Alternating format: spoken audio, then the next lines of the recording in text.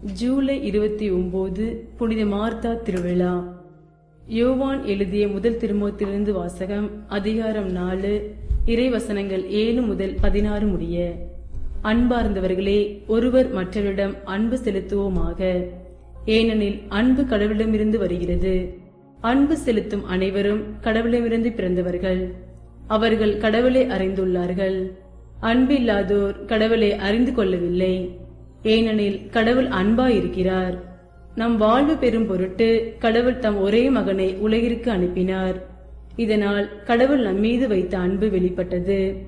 நாம் கடவுள் மீது அன்பு கொண்டுள்ளோம் என்பதில் அல்ல, மாறாக அவர் நம்மீது அன்பு கொண்டு தன் மகனை தம் பாவங்களுக்காக கழுவாயாக அனுப்பினார் என்பதில்தான் அன்பின் தன்மை விளங்குகிறது. அன்பார்ந்தவர்களே, கடவுள் இவ்வாறு நம்மீது அன்பு கொண்டார் என்றால் நாமும் ஒருவர் மற்றவர் மீது அன்பு கொள்ள கடமைப்பட்டிருக்கின்றோம்.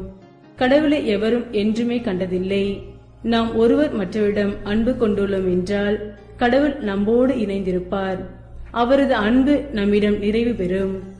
அவர் தமது ஆவியை தமக்கு அருளியதார் நாம் அவரோடு இணைந்திருக்கிறோம் எனவும் அவர் நம்மீடு இணைந்திருக்கிறார் எனவும் அறிந்து கொள்கின்றோம். தந்தை தனது மகன் உலகிற்கு மீட்பராக அனுப்பினார் என்பதை நாங்களே கண்டறிந்தோம், சான்று பகர்கின்றோம். இயேசுவே இறைமகன் என ஏற்ற அறிக்கையிடுவோடு கடவுள் இணைந்திருக்கின்றார். அவரும் கடவுளோடு இணைந்திருக்கிறார். கடவுள் நம்மோடு கொண்டுள்ள அன்பை அறிந்துள்ளோம், அதை நம்புகின்றோம். கடவுள் அன்பாயிருக்கின்றார். அன்பில் நிலைத்திருக்கிறவர் கடவுளோடு இணைந்திருக்கிறார். கடவுளும் அவரோடு இணைந்திருக்கிறார். இது ஆண்டவர் வழங்கும் அருள்வாக்கு. இறைவா, உமக்கு நன்றி. நற்செய்தி வாசகம். யோவான் எழுதிய நற்செய்தியிலிருந்து வாசகம். அதிகாரம் 11, இறைவசனங்கள் 19 முதல் 27 முடிய. அக்காலத்தில் சகோதரர் இறந்ததால் மார்த்தா மரியா இவர்களுக்கு ஆறுதல் சொல்ல பலர் அங்கே வந்திருந்தனர். இயேசு வந்து கொண்டிருக்கிறார் என்று கேள்விப்பட்டதும் மார்த்தா அவரை எதிர்கொண்டு சென்றார். மரியா வீட்டில் இருந்துவிட்டார். மார்த்தா இயேசுவை நோக்கி, ஆண்டவரே, நீர் இங்கே இருந்திருந்தால் என் சகோதரன் இறந்திருக்க மாட்டான். இப்போது கூட நீர் கடவுளிடம் கேட்பதையெல்லாம் அவர் உமக்கு கொடுப்பார் என்பது எனக்கு தெரியும் என்றார். இயேசு அவரிடம், உன் சகோதரன் உயிர்த்தெழுவான் என்றார். மார்த்தா அவரிடம், இறுதி நாள் உயிர்த்தெழுதலின் போது அவனும் உயிர்த்தெழுவான் என்பது எனக்கு தெரியும் என்றார். இயேசு அவரிடம், உயிர்த்தெழுதலும் வாழ்வும் நானே. என்னிடம் நம்பிக்கை கொள்பவர் இறப்பினும் வாழ்வார். உயிரோடு இருக்கும்போது என்னிடம் நம்பிக்கை கொள்ளும் எவரும் என்றுமே சாக மாட்டார். இதை நீ நம்புகிறாயா என்று கேட்டார். மார்த்தா அவரிடம், ஆம் ஆண்டவரே, நீரே மெசியா, நீரே இறைமகன், நீரே உலகிற்கு வரவிருந்தவர் என நம்புகிறேன் என்றார். இது கிறிஸ்து வழங்கும் நற்செய்தி. கிறிஸ்துவே, உமக்கு புகழ். புனித மார்த்தா விழா, ஜூலை 29. அன்புக்குரியவர்களே, இன்றைய முதல் வாசகத்தில் கடவுளோடு இணைந்திருப்பதற்கான 3 வழிகளை யோவான் நமக்கு சுட்டிக்காட்டுகின்றார். முதலாவதாக அன்பில் நிலைத்திருத்தல். நாம் ஒருவர் மற்றவரிடம் அன்பு கொண்டுள்ளோம் என்றால் கடவுள் நம்மோடு இணைந்திருப்பார் என்றும், கடவுள் அன்பாயிருக்கின்றார், அன்பில் நிலைத்திருக்கின்றவர் கடவுளோடு இணைந்திருக்கின்றார், கடவுளும் அவரோடு இணைந்திருக்கின்றார் என்றும் யோவான் குறிப்பிடுகின்றார். இரண்டாவதாக, இயேசுவே இறைமகன் என்று ஏற்று அறிக்கையிடுதல். இயேசுவே இறைமகன் என ஏற்று அறிக்கையிடுபவரோடு கடவுள் இணைந்திருக்கின்றார், அவரும் கடவுளோடு இணைந்திருக்கின்றார் என்கின்றார் யோவான். மூன்றாவதாக, தூய ஆவியால் தூண்டப்பட்ட வாழ்வு. கடவுள் தமது ஆவியை நமக்கு அருளியதால் நாம் அவரோடு இணைந்திருக்கிறோம் எனவும் அவர் நம்மிடம் இணைந்திருக்கிறார் எனவும் அறிந்து கொள்கிறோம் என்று புனித யோவான் கூறுகின்றார்.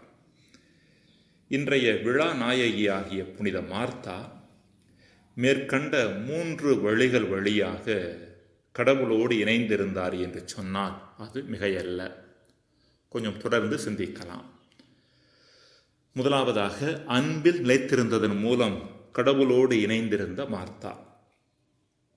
மார்த்தாவிடமும் அவருடைய சகோதரியான மரியாவிடமும் லாசரிடமும் இயேசு அன்பு கொண்டிருந்தார் என்று யோவான் நற்செய்தியாளர் கூறுகின்றார். யோவான் 11:5. இது மார்த்தா குடும்பத்தின் மீதான இயேசுவின் அன்பை மட்டும் நமக்கு சுட்டிக்காட்டவில்லை. மாறாக இயேசுவின் மீதான மார்த்தா குடும்பத்தின் அன்பையும் சுட்டிக்காட்டுகிறது. இயேசுவின் மீதான மார்த்தாவின் அன்பு அவரது விருந்தோம்பலில் வெளிப்பட்டது என்று சொன்னால் அது மிகையல்ல. எருசலேம் நோக்கி சென்ற இயேசு தங்கள் வீட்டிற்குள் நுழைந்த போது அவரை வரவேற்றவர் மார்த்தாதான். லூக்கா 11:38. அவருக்கு நல்ல உணவு அளிக்க வேண்டும் என்பது அக்கறை கொண்டவர் மார்த்தாதான். லாசரை உயிர் பெற்று எழச் செய்த பின் மார்த்தா இயேசுவுக்கு அளிக்கப்பட்ட விருந்தில் உணவு பரிமாறியது மார்த்தாதான். யோவான் 12:2. மார்த்தாவின் இத்தகைய பண்பு இயேசுவின் மீதான அவரது அன்பை மட்டுமல்ல, இயல்பிலேயே அவரிடம் செழித்தோங்கிய அன்பையும் அந்த அன்பிலிருந்து புறப்பட்ட விருந்தோம்பலை சுட்டிக்காட்டுகிறது. இவ்வாறு அன்பில் நிலைத்திருந்ததன் மூலம் மார்த்தா கடவுளோடு இணைந்திருந்தார் என்று நாம் உறுதியாக சொல்ல முடியும். இரண்டாவதாக, இயேசுவை இறைமகன் என அறிக்கையிட்டதன் மூலம் இறைவனோடு இணைந்திருந்தார் மார்த்தா. லாசரின் இறப்பிற்கு வந்திருந்த இயேசுவின் கடவுள் தன்மையை மார்த்தா அறிக்கையிட்டது நாம் அறிந்ததே. ஆம் ஆண்டவரே, நீரே மெசியா, நீரே இறைமகன், நீரே உலகிற்கு வரவிருந்தவர் என நம்புகிறேன் என்று அறிக்கையிட்டார் மார்த்தா. யோவான் 11:27. ஒத்தமை நற்செய்திகளின்படி இயேசுவே மெசியா என்று அறிக்கையிட்டவர் புனித பேதுரு. ஆனால் யோவான் நற்செய்தியின்படி இயேசுவே மெசியா என்று அறிக்கையிட்டவர் மார்த்தா. ஒரு பெண்தான் இயேசுவின் இறைத்தன்மையை முதலில் கண்டுகொண்டதாக யோவான் எழுதுவது குறிப்பிடத்தக்கது. இவ்வாறு இயேசுவே இறைமகன் என்று ஏற்று அதை அறிக்கையிட்டதன் மூலம் மார்த்தா கடவுளோடு இணைந்திருந்தார் என்று சொன்னால் அது மிகையல்ல. மூன்றாவதாக, தூய ஆவியாரால் தூண்டப்பட்ட வாழ்வின் மூலம் இறைவனோடு இணைந்திருந்த மார்த்தா.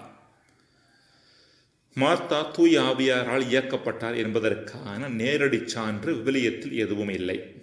எனினும் தூய ஆவியால் ஆட்கொள்ளப்பட்டவர் அன்றி வேறு எவரும் இயேசுவே ஆண்டவர் என்று சொல்ல முடியாது, இதை நீங்கள் தெரிந்து கொள்ள வேண்டும் என்ற புனித பவுலின் வார்த்தைகள் மார்த்தா எந்த அளவிற்கு தூய ஆவியாரால் நிரப்பப்பட்டவராக இருந்தார் என்பதை நமக்கு பறைசாற்றுகின்றன. 1 கொரிந்தியர் 12:3. தூய ஆவியாரால் அவர் நிரப்பப்பட்டவராக இருந்த காரணத்தாலேயே இயேசுவே மெசியா என்று அவரால் அறிக்கையிட முடிந்தது. அன்புக்குரியவர்களே, மனித வாழ்வின் நிறைவின்மைக்கும் அர்த்தமின்மைக்குமான அடிப்படை காரணம் அது கடவுளிடமிருந்து அந்நியப்பட்டு இருப்பதே. எந்த ஒரு மனிதர் தனக்கும் கடவுளுக்கும் இடையேயான உறவில் செழித்தோங்கி கடவுளோடு இணைந்து வாழ்கிறாரோ அவரது வாழ்வு அர்த்தமிக்கதாகவும் ஆனந்தமயமானதாகவும் மாறிவிடுகிறது. இத்தகைய வாழ்வு வாழ்ந்த மார்த்தாவைப் போல நாமும் வாழ இன்றைய நாளில் அழைக்கப்படுகின்றோம். அன்பில் நிலைத்திருப்பதன் மூலமும் இயேசுவே நம்மை மீட்க வல்லவர் என்பதை நம் உள்ளத்தின் அடி ஆழத்தில் உணர்ந்து அதற்கு ஏற்ற வாழ்வு வாழ்வதன் மூலமும் தூய ஆவியாரால் தூண்டப்பட்ட வாழ்வு வாழ்வதன் மூலமும் நாமும் இறைவனோடு இணைந்து வாழ்வின் முழுமையை உணர முடியும். ஜெபம். இறைவா, வாழ்வின் முழுமையை வேறு எங்கும் தேடாமல் உம்மோடு இணைந்திருத்தலில் தேட எமக்கு வரம் தாரும். ஆமேன்.